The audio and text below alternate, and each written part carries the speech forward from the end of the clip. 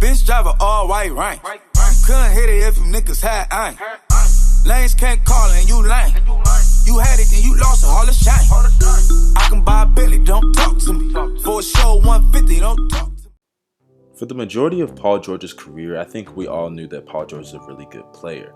But this season, he's really changing my opinion and my mind on him, and where he really ranks among the best players in the NBA.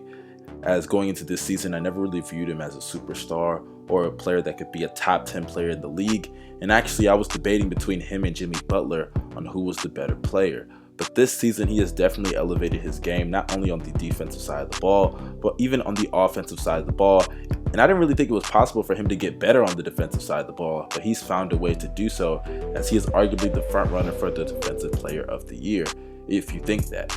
And Paul George this season offensively, he has not been any slouch. But before we get into that, if you guys are not subscribed to the channel, y'all make sure y'all hit that subscribe button, and also comment down below your opinions and drop a like down below, and subscribe to the channel if you're new, and hit the bell to be notified after each and every video. Paul George this season has been remarkable, as he's averaged nearly 29 points, 4 assists, 8 rebounds, and he's leading the league with nearly 2 steals a game. And the shooting splits have been really good this season, as he's shooting well over 45% from the field, nearly 41% from 3, and around 84 to 83% from the free throw line.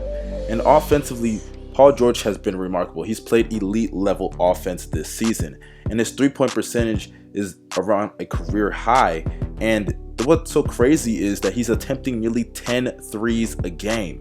And over the last few games, he has come alive, as so far in the month of February, even though it's only been 7 games, he's averaged 38 points, 8 rebounds, 5 assists, 2 steals, while shooting around 42% from 3, around 47% from the field, and around 88% from the free throw line. But if you want to even extend that and look at what he's done so far in the year of 2019, since January, Paul George has averaged 32 points, 8 rebounds, 4 assists, 2 steals, while shooting 46% from the field and 43% from 3, and around 84% from the free throw line. And the 3-point percentage is at 43% on well over 11 attempts a game. I mean, Paul George is playing elite level offense, and that is not even a debate. And his passing ability, I have definitely seen some improvement on that side of the ball as well. I think as a facilitator, he's definitely grown, and sure, you could say it's only 4 assists a game, but I think that's really solid, especially when you consider the fact that that is a career high for him. And he also plays with Russell Westbrook, who's averaging nearly 11 assists a game. So I definitely think you got to show him his props on that offensive side of the ball, because he's making it happen, not just when it comes to scoring, because he's doing that extremely efficiently, but he's also passing the ball, and he's doing that extremely well. And I honestly got to show him some love, because offensively he's playing that better than he's ever played in his entire career. Now, when it comes to the defensive side of the ball, we all knew Paul George was an elite level defender, but personally, I'm gonna keep it real with you, I never thought Paul George would actually be the front runner for a Defensive Player of the Year ever in his career, because right now he is the front runner for the Defensive Player of the Year. Now, I know for the other people that have seen my other channel, when I did talk about the Defensive Player of the Year, I did say Kawhi Leonard should win, but Paul George defensively, man, he is leading this Oklahoma City Thunder's team, as well as other great defenders on this team, other players such as Steven Adams, who plays defense at a really solid level.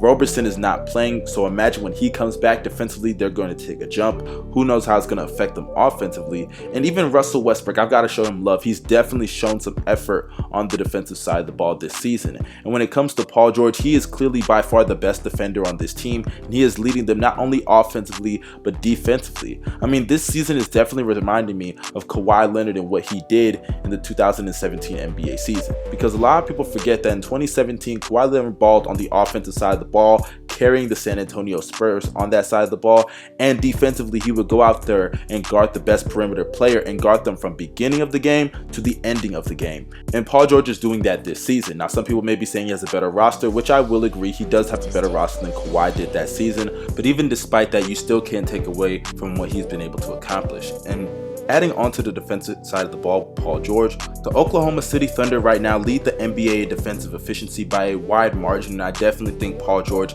is the biggest proponent of that, along with other players such as Steven Adams and even Russell Westbrook stepping up.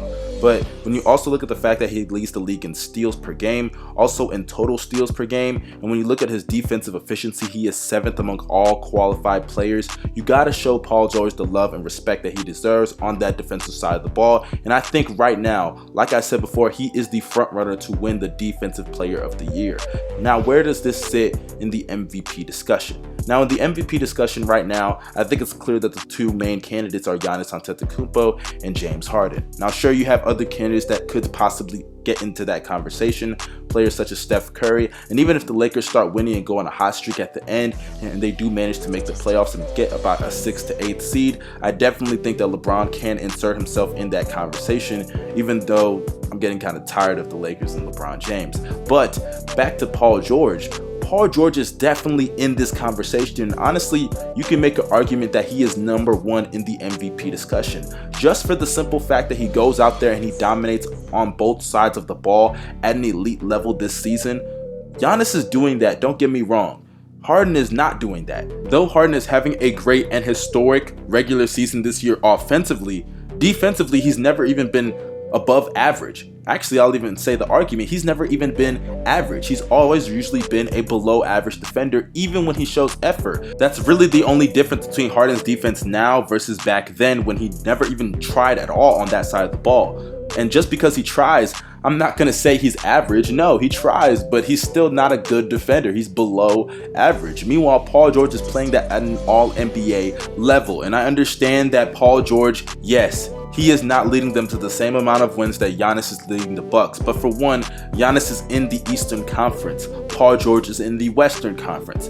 We have to look at competition, and we have to look at the teams that they are competing against in their respective conferences. I mean, the 9th seed is above 500 and is 30-27. And that's the Sacramento Kings. Meanwhile, in the Eastern Conference, you got teams like the Charlotte Hornets and the Detroit Pistons that are well below 500, and they are the 7th and the 8th seed. So that is just ridiculous right there. I mean, the Bucks would have to play a team that's 26-30 right now in the playoffs if the playoffs started today. Meanwhile, the Oklahoma City Thunder would have to play the Utah Jazz, who are 32-25. You know what's funny? The Jazz are the 6th seed and they are 32-25.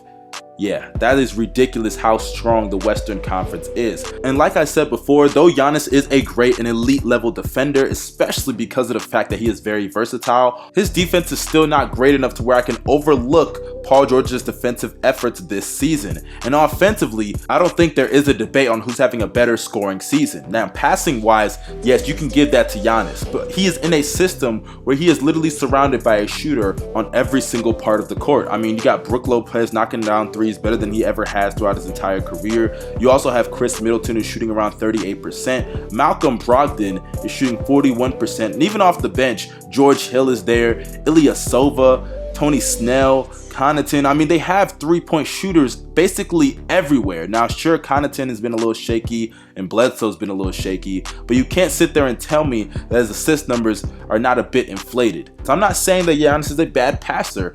Hell, I'll even say Giannis is a better passer than Paul George. But if you're going to compare their assist numbers, you have to look at the system and the coaching that is around them. And when you look at coaching, I don't think that's even a debate that Mike Budenholzer is the coach of the year for how he has transformed this Milwaukee Bucks roster to an elite level team in the NBA versus Billy Donovan, who in my opinion should have been fired after last season's poor performance and disappointing performance from the Oklahoma City Thunder. So it is clear, at least in my opinion, that when you want to look at the help around them and you want to look at the coaching staff and all that, it's fairly similar. And Russell Westbrook this season, who is Paul George's second best player, has been completely disappointing. I mean, offensively, he has been horrible. He can't buy a shot. He goes out there, turns the ball over at an historic rate. He's very inefficient with his shot selection, and he knows he can't shoot threes, and he goes out there and he consistently throws up nearly 5 3-pointers a game, and he's still shooting below 25% from three. So it is clear that when you look at the help, one could even make the argument with that coach and that system in that conference that it is clear that Giannis is favorable when you're comparing the help that both players have. What? Bro, what are you talking about, man? Bro, I'm out, man. That nigga's tripping.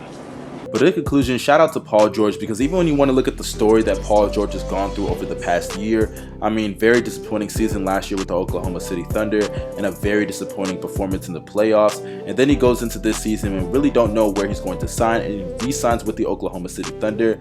and he sticks it out because he wants to win a championship with this organization, and apparently he really enjoys playing with Russell Westbrook. And for him to be doing what he's doing this season, he's proving all the doubters wrong, and he's really making us change our opinions on how great he is as a player. And hopefully this can carry to the postseason, because I know a majority of his career in the postseason, man, has been pretty disappointing more times than not. And hopefully it's not the same way this season, because it would be a big shame, in my opinion, if Paul George goes to the playoffs and chokes, meanwhile all the other players that Paul George wants to be considered in their class go out there and they dominate. So I definitely think that Paul George this season, if he shows up in the postseason, he's really going to change a lot of people's opinions on him. He could solidify a spot in the top 10 players in the NBA, which is not something I thought I'll be saying coming into this season. So you guys let me know in the comment section what y'all thought about this video. What do you think about Paul George's season so far this year? Also, you guys, don't forget to subscribe and follow me on Twitter, and also you guys follow me on Instagram. That link will be down below in the description box. Y'all have a great day. I'm out. Peace.